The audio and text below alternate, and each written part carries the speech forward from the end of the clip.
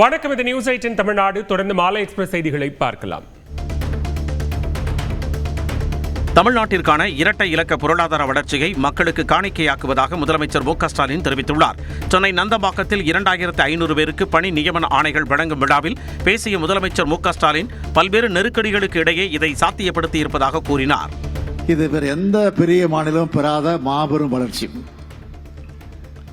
இது சாதாரணமாக நடந்ததில்லை. பல்வேறு நெருக்கடிகள், அவதூறுகளுக்கு இடையில தான் இந்த வெற்றியை நாம் அடைஞ்சிருக்கிறோம்.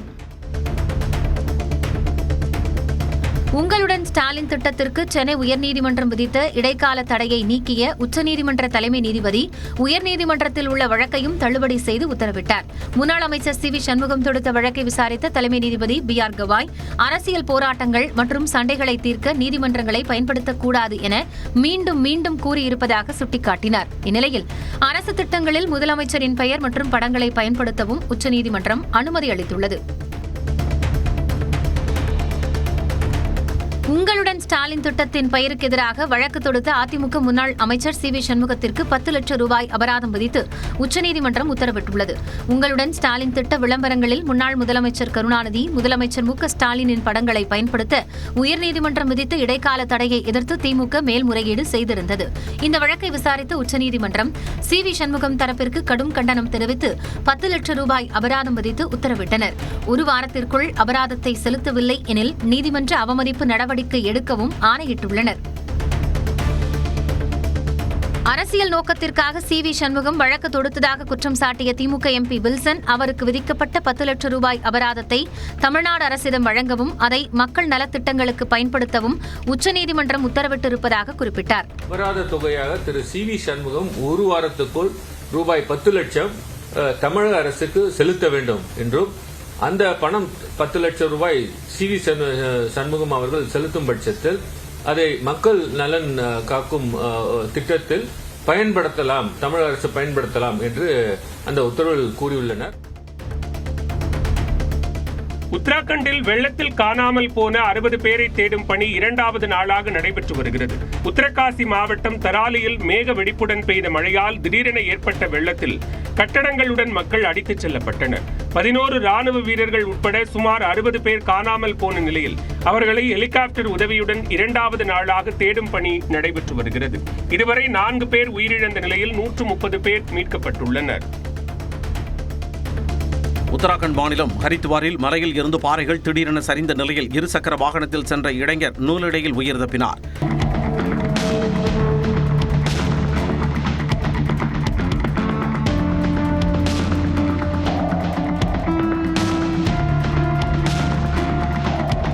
உத்தரகாசி நோக்கி செல்லும் பல இடங்களிலும் நிலச்சரிவால் சாலைகளின் நடுவில் பாறைகள் விழுந்துள்ளன. இந்நிலையில் சேதங்களை ஹெலிகாப்டர் மூலம் பார்வையிட்ட அம்மாநில முதலமைச்சர் புஷ்கர் சிங் தாமி மீட்பு பணிகளை விரைவுபடுத்த உத்தரவிட்டார்.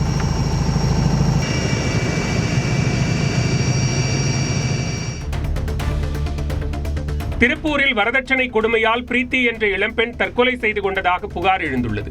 வீரப்பன் சத்திரத்தைச் சேர்ந்த சதீஸ்வர் என்பவருக்கும் பிரீத்திக்கும் கடந்த ஆண்டு திருமணம் நடைபெற்ற நிலையில் 120 சவரன் நகை, 25 லட்சம் ரொக்கம், 38 லட்சம் ரூபாய் மதிப்பிலான இனோவா கார் வரதட்சணையாக வழங்கப்பட்டதாக தெரிகிறது. கணவர் வீட்டார் மேலும் 50 லட்சம் வரதட்சணை கேட்டதால் பிரீத்தி தற்கொலை செய்து கொண்டதாக கூறி அவரது உறவினர்கள் போராட்டத்தில் ஈடுபட்டனர். உரிய நடவடிக்கை எடுப்பதாக காவல் ஆணையர் உறுதியளித்ததை அடுத்து போராட்டம் கைவிடப்பட்டது.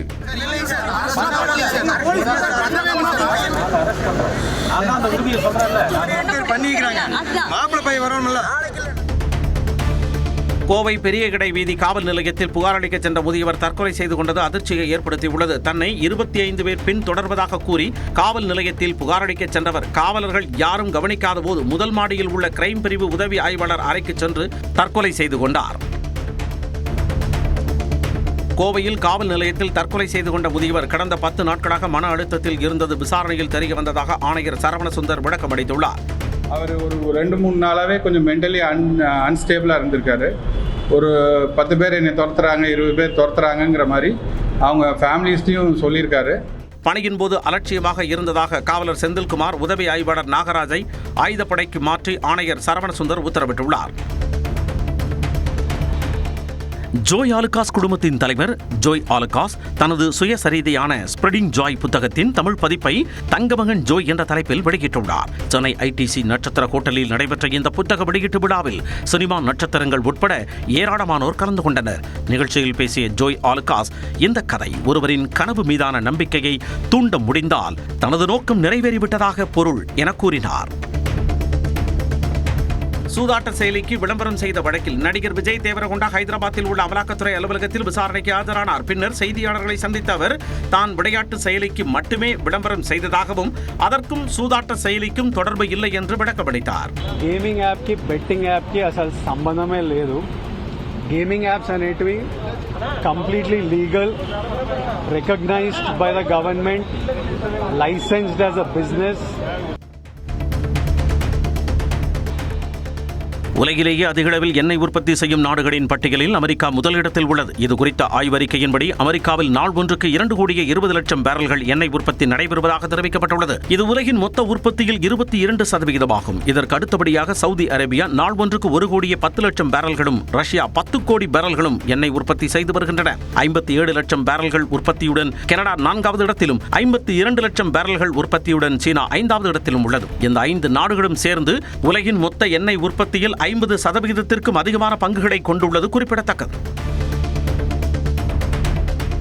டெல்லியில் சட்டமன்ற உறுப்பினர்களுக்கு iPhone 16 Pro இலவசமாக வழங்கப்பட உள்ளது. காகிதமற்ற சட்டமன்றம் என்ற திட்டத்தின் கீழ் 70 MLA-க்களுக்கும் iPhone 16 Pro வழங்கப்படும் என்று அறிவிக்கப்பட்டுள்ளது. மேலும் டெல்லி முதலமைச்சர் ரேகா குப்தா உட்பட அமைச்சர்களுக்கு இலவச டேப்லெட் மற்றும் iPad வழங்கப்பட உள்ளன.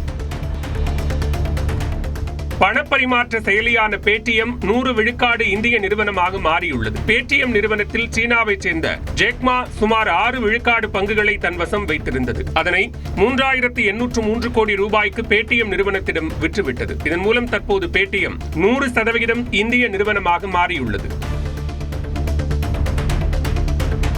கேரள மாநிலம் கண்ணூர் பல்கலைக்கழகத்தில் மாணவர்கள் சங்க தேர்தலில் மோதல் ஏற்பட்டது. முஸ்லிம் மாணவர் கூட்டமைப்பு மற்றும் இந்திய மாணவர் சங்கம் இடையே ஏற்பட்ட வாக்குவாதம் மோதலாக வெடித்தது. இதனைத் தொடர்ந்து காவலர்கள் லேசான தடியடி நடத்தி மோதலை கட்டுக்குள் கொண்டு வந்தனர்.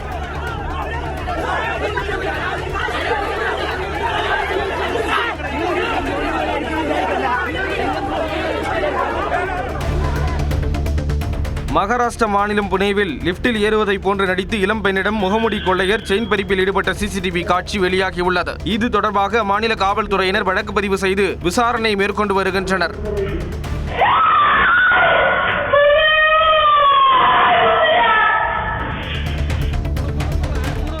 மேற்குவங்க மாநிலம் கலிம்போங்கில் தொடர் கனமழையால் ரயில்வே சுரங்கப்பாதையில் மண் சரிவு ஏற்பட்டது.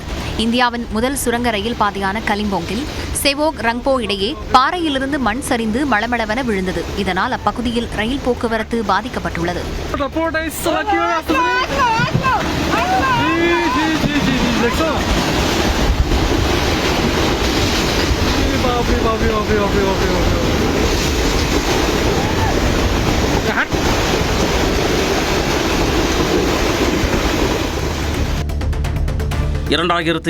ஆண்டு ஏற்பட்ட எல்லை பிரச்சினைகளுக்கு பிறகு பிரதமர் மோடி முதன்முறையாக சீனா செல்ல இருப்பதாக தகவல் வெளியாகியுள்ளது. வரும் 29ஆம் தேதி முதல் செப்டம்பர் 1ஆம் தேதி வரை சீனா, ஜப்பான் உள்ளிட்ட நாடுகளுக்கு பிரதமர் மோடி அரசுமுறை பயணம் மேற்கொள்ள இருப்பதாக கூறப்படுகிறது. சீனாவில் நடைபெறவுள்ள ஷாங்காய் ஒத்துழைப்பு மாநாட்டில் பங்கேற்க மோடி செல்ல இருப்பதாக தகவல் வெளியாகியுள்ளது. சீனாவில் சிக்கன்குனியா பரவலை கட்டுப்படுத்துவதற்கான வழிகாட்டு நெறிமுறைகளை கடைபிடிக்கவில்லை எனில் 1 லட்சம் ரூபாய் அபராதம் விதிக்கப்படும் என்று அந்நாட்டு அரசு உத்தரவிட்டுள்ளது. கொசுக்கள் மூலம் பரவும் சிக்கன்குனியா வைரஸால் அந்நாட்டில் சுமார் 7,000 பேர் பாதிக்கப்பட்டுள்ளனர். இந்நிலையில் வீடுகளுக்கு அருகே கொசுக்கள் இனப்பெருக்கம் செய்யும் வகையிலான சூழல் இருந்தால் இந்திய ரூபாய் மதிப்பில் 1 லட்சம் ரூபாய் அபராதம் விதிக்கப்படும் என எச்சரிக்கப்பட்டுள்ளது. ரஷ்யாவில் கடந்த வாரம் நிலநடுக்கம் ஏற்பட்ட கம்சத்காவில் தற்போது 7 எரிமலைகள் நெருப்பு பிழம்பை வெளியேற்றி வருகின்றன. ரஷ்யாவில் 300 ஆண்டுகளுக்கு பிறகு ஒரே சமயத்தில் 7 எரிமலைகள் நெருப்பு பிழம்பை கக்குவது இதுவே முதன்முறை என்று அந்நாட்டு விஞ்ஞானிகள் தெரிவித்துள்ளனர். கடந்த வாரம் ஏற்பட்ட சக்தி வாய்ந்த நிலநடுக்கத்தின் விளைவால் எரிமலைகள் கொதித்துக் கொண்டிருப்பதாகவும் அவர்கள் தெரிவித்துள்ளனர்.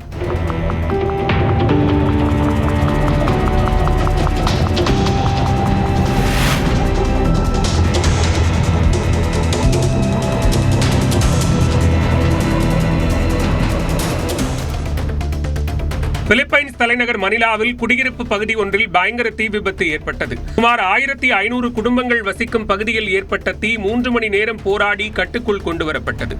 நல்வாய்ப்பாக தீ விபத்தில் உயிரிழப்பு எதுவும் பதிவாகவில்லை.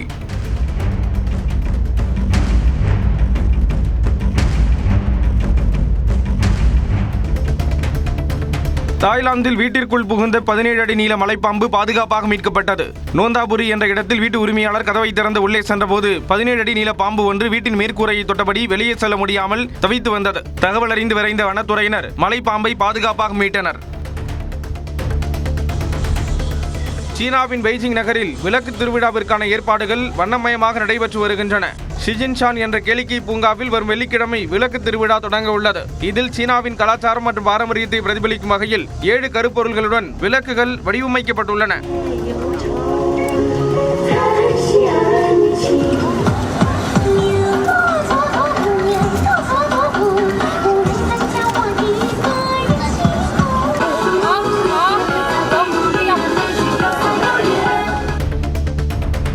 அமெரிக்காவின் வடக்கு அரிசோனாவில் மருத்துவ விமானம் விழுந்து விபத்துக்குள்ளானதில் மருத்துவர்கள் உட்பட 4 பேர் உயிரிழந்தனர். நியூ மெக்சிகோ அருகே உள்ள அல்பக்யூ என்ற இடத்திலிருந்து மருத்துவ விமானம் ஒன்று நோயாளியை அழைத்து வருவதற்காக புறப்பட்டது. புறப்பட்ட சில மணி நேரத்திலேயே விமானம் கீழே விழுந்து நொறுங்கியதில் மருத்துவர்கள் உட்பட 4 பேர் உயிரிழந்தனர்.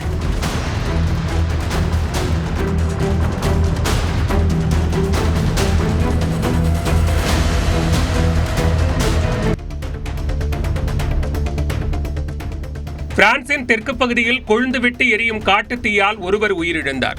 ஸ்பெயினின் எல்லையை ஒட்டிய ரிபாட் என்ற இடத்தில் ஏற்பட்ட காட்டுத் தீ காற்றின் வேகத்தில் மளமளவென பற்றி 12,000 ஹெக்டேர் வனப்பகுதிக்கு பரவியது. இதில் ஒருவர் உயிரிழந்த நிலையில் 9 பேர் படுகாயமடைந்தனர். சுமார் 1800 தீயணைப்பு வீரர்கள் தீயை அணைக்கும் பணியில் ஈடுபட்டுள்ளனர்.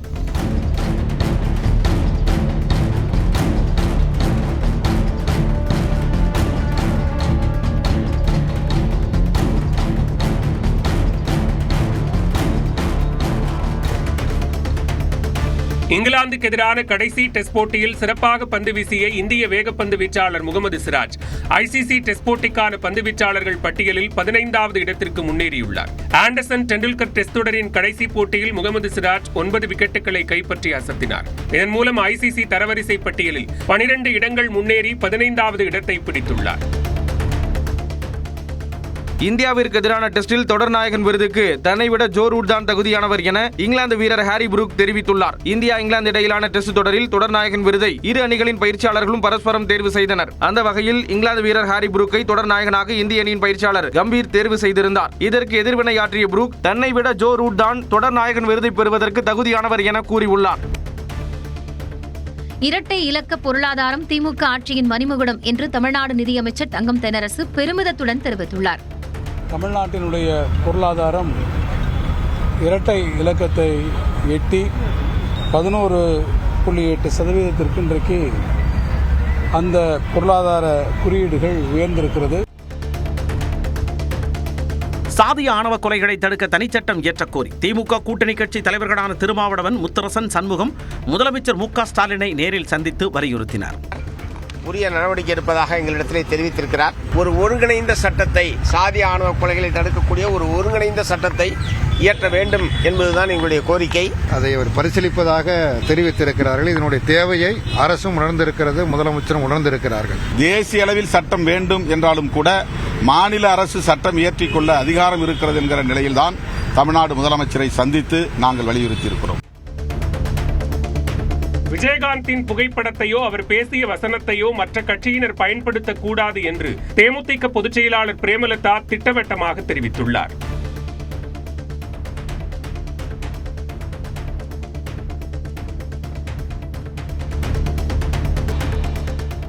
சென்னையில் கார் ஏற்றி கல்லூரி மாணவர் நிதின் சாய் கொல்லப்பட்ட வழக்கில் திமுக பிரமுகரின் பேரன் சந்துருவின் ஜாமீன் மனுவை சென்னை முதன்மை அமர்வு நீதிமன்றம் தள்ளுபடி செய்து உத்தரவிட்டது. கொலை செய்யப்பட்ட மாணவருக்கு மனுதாரருக்கு முன்விரோதம் இருந்ததால் ஜாமீன் வழங்கக்கூடாது என மாநகர குற்றவியல் வழக்கறிஞர் தேவராஜன் வாதிட்டார். இந்நிலையில் விசாரணை முடிவடையாததால் ஜாமீன் வழங்க முடியாது என்று நீதிபதி கார்த்திகேயன் உத்தரவிட்டார். திரைப்பட தயாரிப்பாளர் ஆகாஷ் பாஸ்கரன் வழக்கில் பதிலளிக்க தாமதித்ததால் அமலாக்கத்துறைக்கு 30,000 ரூபாய் அபராதம் விதித்து உயர்நீதிமன்றம் உத்தரவிட்டுள்ளது.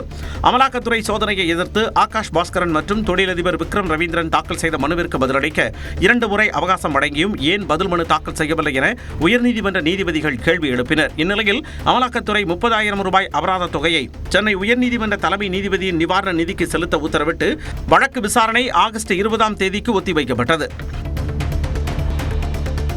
சென்னை ரிப்பன் மாளிகைக்கு வெளியே மாநகராட்சி தூய்மை பணியாளர்கள் தொடர்ந்து 6வது நாளாக போராட்டத்தில் ஈடுபட்டனர். சென்னை மாநகராட்சியின் 5 மற்றும் 6வது மண்டலத்தில் தூய்மை பணிகள் மேற்கொள்ளும் ஒப்பந்தத்தை தனியாருக்கு வழங்கியதை கண்டித்து போராட்டம் நடைபெறுகிறது. இதனால் இந்த 2 மண்டலங்களிலும் பிரதான சாலைகளில் குப்பைகள் அகற்றப்பட்ட போதிலும் உட்புற சாலைகளில் 6வது நாளாக குப்பைகள் அப்புறப்படுத்தப்படாமல் உள்ளதால் துர்நாற்றம் வீசுகிறது. தமிழ், தெலுங்கு உட்பட தென்னிந்திய மொழிகளில் நடித்து வரும் பிரபல நடிகை ரம்யா கிருஷ்ணன் தன்னுடைய மகனுடன் திருப்பதி ஏழுமலையானை தரிசனம் செய்தார். VIP பிரேக் தரிசனம் மூலம் சாமி தரிசனம் செய்த அவருக்கு கோயில் பிரசாதத்துடன் வேத பண்டிதர்கள் ஆசி வழங்கினர்.